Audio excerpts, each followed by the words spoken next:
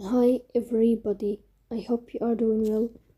Today we will talk about how to fix or how to solve the problem of Paltalk. You will click on settings. Here we go to apps, default apps, app settings. In this page, you will go to Paltalk and you will click here in this window. Then in this page of app info, you go to first stop and you will click OK. Here you will enter to the window of storage.